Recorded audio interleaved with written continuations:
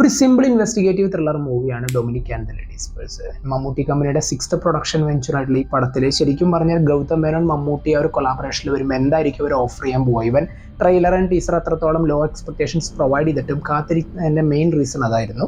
But പടത്തിൽ എന്താണെന്ന് വെച്ചാൽ ഓവറോൾ നല്ല ഒരു സിമ്പിൾ ആയിട്ട് പറഞ്ഞു പോകുന്ന ആ ഒരു പ്രൈവറ്റ് ഡിറ്റക്റ്റീവ് ആയിട്ടുള്ള ഡൊമിനിക്കിൻ്റെ ആ ഒരു ക്യാരക്ടറും പ്ലസ് അദ്ദേഹത്തിൻ്റെ അസിസ്റ്റൻ്റ് ആയിട്ട് വരുന്ന ഗോകുൽ സുരേഷിൻ്റെ ക്യാരക്ടറും ഡീൽ ചെയ്യുന്ന ഒരു ലേഡീസ് പേഴ്സൺ മിസ്സിംഗ് ആയിട്ടുള്ള കേസ്, അത് പിന്നീട് എങ്ങോട്ടേക്കൊക്കെ എത്തി നിൽക്കുന്നു. ആൻഡ് അതിനുണ്ടാവുന്ന ചില ഹൈ മൊമെന്റ്സും ഒക്കെയാണ് ഈ സിനിമയുടെ മെയിൻ ആയിട്ടൊരു പ്ലോട്ട്.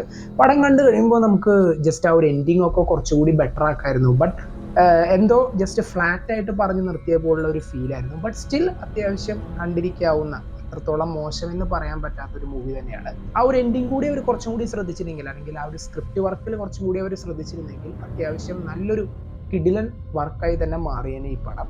സോ എന്തൊക്കെയായിരുന്നു നിങ്ങൾക്ക് ഈ പടത്തെക്കുറിച്ചുള്ള അഭിപ്രായം? കമന്റ് ബോക്സിൽ നോട്ട് ചെയ്യുക.